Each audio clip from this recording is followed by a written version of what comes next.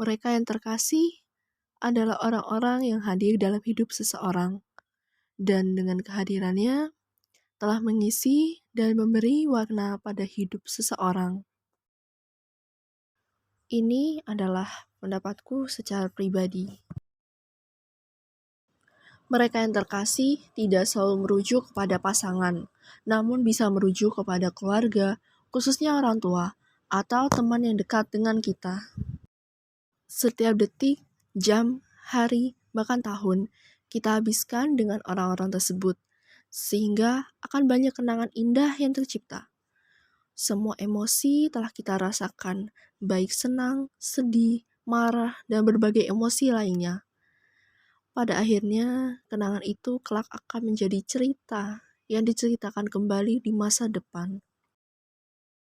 Semua kenangan itu tidak bisa kita simpan hanya dalam ingatan saja, karena kapasitas otak tidak sebesar itu.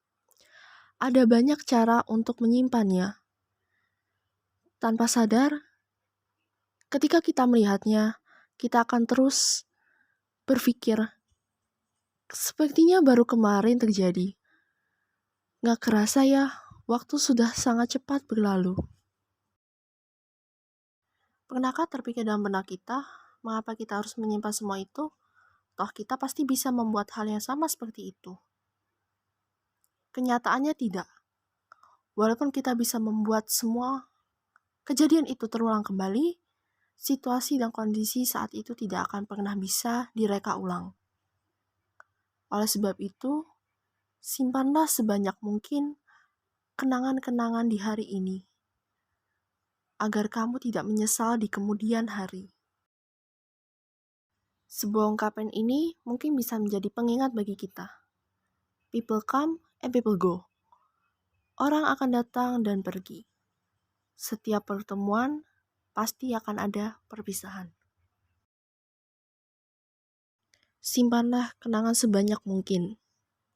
Namun bagi saya, di masa lalu saya tidak menyimpan semua kenangan-kenangan itu, sehingga menjadi sebuah penyesalan terbesar bagi saya. Terutama di tahun 2018, tahun itu menjadi tahun terkelam untuk hidup saya.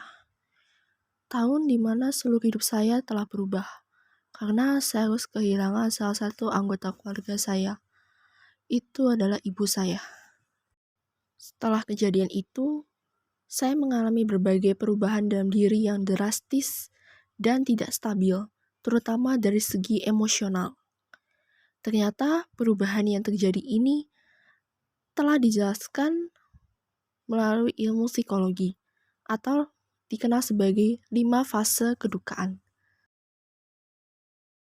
Tahap pertama adalah tahap denial atau penolakan, di mana setiap individu tidak menyangkal bahwa hal buruk telah terjadi dan berpura-pura tidak terjadi apapun.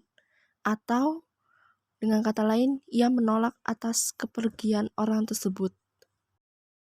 Setelah menolak kesedihan, individu akan melampiaskan kesedihannya dalam bentuk marah. Individu akan merasakan kepedihan apabila diacuhkan saat menunjukkan rasa marahnya. Saat marah tersebut, individu cenderung akan menyalahkan orang lain atau benda mati di sekitarnya.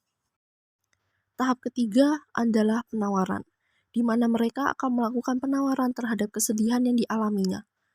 Individu akan berandai-andai kemungkinan yang seharusnya dilakukan sebelum peristiwa itu terjadi, atau hal yang akan ia lakukan apabila hal buruk berhenti terjadi.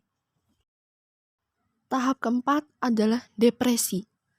Di tahap ini, tahap depresi bukan berarti gangguan mental, namun keadaan mereka harus kembali ke realita, dan mereka sangat tidak beruntung atas musibah yang dialaminya itu. Tahap terakhir adalah penerimaan, di mana mereka akan menyadari bahwa yang hilang tidak akan pernah kembali. Mereka akan sadar bahwa ia harus melaluinya dan belajar atas musibah yang menimpa mereka, dan tetap harus melanjutkan kehidupan mereka dengan baik. semua tahap itu atau kelima tahap itu saya mengalaminya, dan saya telah melewati semua itu. Dan semua itu perlu waktu yang lama, butuh waktu yang bertahun-tahun dan tidak sebentar. Namun pada akhirnya saya bisa melalui itu semua.